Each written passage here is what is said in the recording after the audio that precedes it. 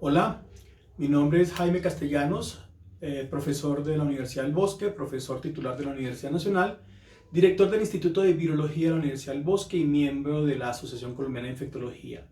Quiero hablarles hoy, a raíz de la noticia del inicio de la circulación del coronavirus en Colombia, de algunos elementos importantes que hay que tener en cuenta en este momento para no contribuir a la nube de pánico que está ocurriendo. Lo primero que hay que decir es que a raíz del inicio de la circulación nos encontramos ahora entonces en la fase de contención, es decir, debemos identificar los nuevos casos e intentar circunscribirlos a sus entornos particulares, evitando que haya una dispersión masiva del nuevo coronavirus, que sabemos que se llama SARS coronavirus 2, porque produce infección respiratoria aguda. Nos interesa hablar de cómo se transmite el virus, ya lo hemos insistido mucho en ello. Por ejemplo, sabemos que se transmite como otro virus respiratorio, fundamentalmente por las gotas que son expectoradas por las personas que tienen la enfermedad respiratoria, las pequeñas gotas que salen en forma de aerosoles y que permanecen en el aire durante mucho tiempo. La otra forma de transmisión es que las otras gotas grandes pueden caer a las superficies, una segunda persona toca esas superficies y se inocula la boca o la nariz o los ojos, pasando la infección. Y la otra es el contacto cercano entre personas y que comparten saliva o secreciones mucosas, y entonces aparece la infección en los contactos cercanos. Por ello, las medidas para controlar la transmisión de la infección son fundamentalmente asociadas a controlar estos factores. Lo primero es que la persona enferma debe usar tapabocas para evitar que sus secreciones mucosas estén en el aire o salgan y contaminen superficies. Lo segundo es que la persona que está enferma debe lavarse las manos 6 u 8 veces al día, porque la buena noticia es que el virus es un virus que es muy sensible al agua y al jabón. Fácilmente se desbarata y pierde su infectividad por el agua y por el jabón. Por lo tanto, entonces, lavarse las manos es una buena recomendación. Si usted no está enfermo, también se lava las manos, porque seguramente ha tenido contacto con superficies que están contaminadas, y entonces lavarse las manos evita que usted se contagie. Y eso es importante, por eso las recomendaciones deben seguirse al pie de la letra. La restricción de la cercanía es importante, entonces lo he dicho en varias oportunidades. Estamos en cuarentena de besos y abrazos, porque saludar de mano, transmitir la infección por el contacto de manos, por los besos, por los abrazos, la saliva, puede generar mayores probabilidades de contagio. Entonces, por los próximos 90 días no hay besos, no hay abrazos, y es importante mantener la distancia mínima de 2 metros entre individuos. Las características de la enfermedad causada por el coronavirus es que el 85% de las infecciones son leves y moderadas, y eso es una buena noticia, porque significa que son infecciones, así sean por el nuevo SARS coronavirus.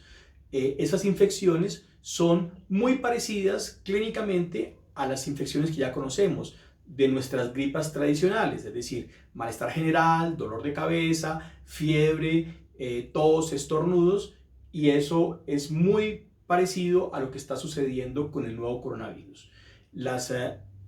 Por eso las recomendaciones del control de la transmisión también se relacionan con eso. Es decir, si usted tiene una gripa que puede ser o no por coronavirus, la forma de atenderlo y de controlarlo es hacer lo que usted tradicionalmente hace para controlar sus gripas. ¿Qué significa esto? Mantenerse aislado, usar tapabocas, hidratarse con agua panela, con limón, sin limón, pero eso favorece efectivamente que la persona mantenga restringido lo que hemos llamado aislamiento voluntario para evitar la transmisión a otros individuos. Controlar la fiebre, controlar la deshidratación, el malestar general, con lo que usted tradicionalmente usa para controlar sus gripas. Entonces, eso es importante tenerlo en cuenta. La mala noticia es que un porcentaje de aproximadamente el 15% de los individuos que están infectados con el nuevo coronavirus pueden hacer enfermedad severa, que amerita consulta, hospitalización, eventualmente unidad de cuidados intensivos y allí es donde está el grupo que puede fallecer y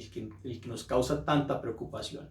Entonces, en este caso, este porcentaje de personas que se enferman severamente es al que debemos dirigir nuestra atención y estar capacitados para identificar cuáles son los signos de alarma que pueden causar, que pueden estar asociados a una enfermedad más severa.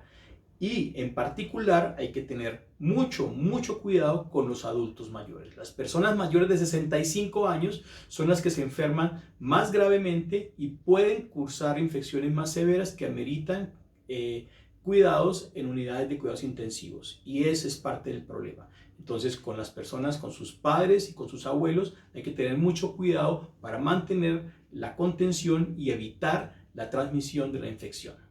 Las características y los signos de alarma que debemos buscar e identificar en los adultos mayores, pero también en ustedes, son cuáles. Si usted tiene fiebre alta por más de 3 días, es importantísimo que la cuantifique. Le van a preguntar, si asiste al médico, le van a preguntar hace cuánto tiene fiebre y de cuánto ha sido la fiebre. Hoy en día es más importante un termómetro que un tapabocas. Cuantifique su fiebre 4 o 5 veces al día, tómese la temperatura y anótela, porque ese dato es muy importante para saber efectivamente si hay una enfermedad severa. El segundo dato es tos persistente. Si tiene tos por más de 3 días, es un signo de alarma que amerita, que es un indicador de que se debe hacer una consulta. Y el tercer signo de alarma es si usted siente dificultad para respirar, ahogo, siente que le falta el aire. Esa sensación, ese síntoma es también motivo suficiente para preocuparse y consultar a su EPS. Si usted no tiene, si usted no tiene esos signos de alarma, debe permanecer en su casa aislado. Si tiene los signos de alarma y usted cree que es un caso de coronavirus, ¿por qué?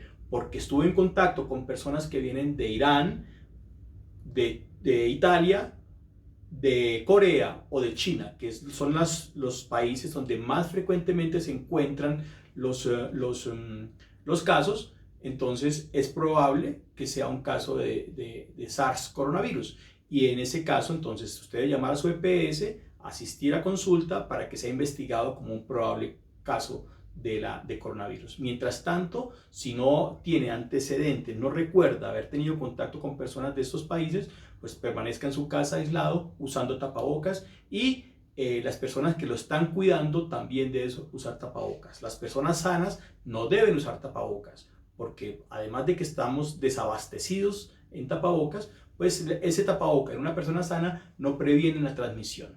Entonces es importante que tenga la